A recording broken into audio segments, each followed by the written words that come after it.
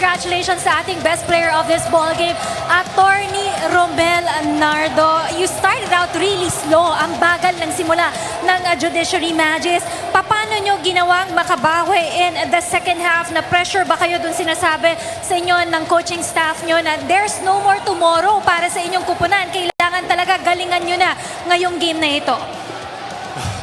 Talagang nung naging down kami nung first quarter, sobrang nagtiwala na lang kami sa isa't isa.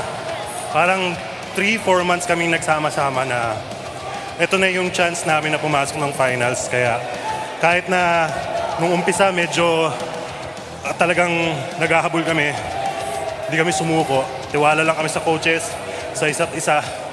Kaya sobrang, hindi ko alam. Sobrang speechless.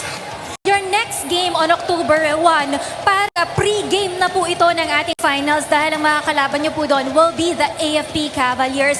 Anong klaseng Judiciary Magis ang ipapakita nyo po on that game on October 1 against the AFP Cavaliers? Well, kahit na alam namin yung AFP wala pang talo, naniniwala pa rin kami na kaya namin makaisa, dalawa para makuha yung finals.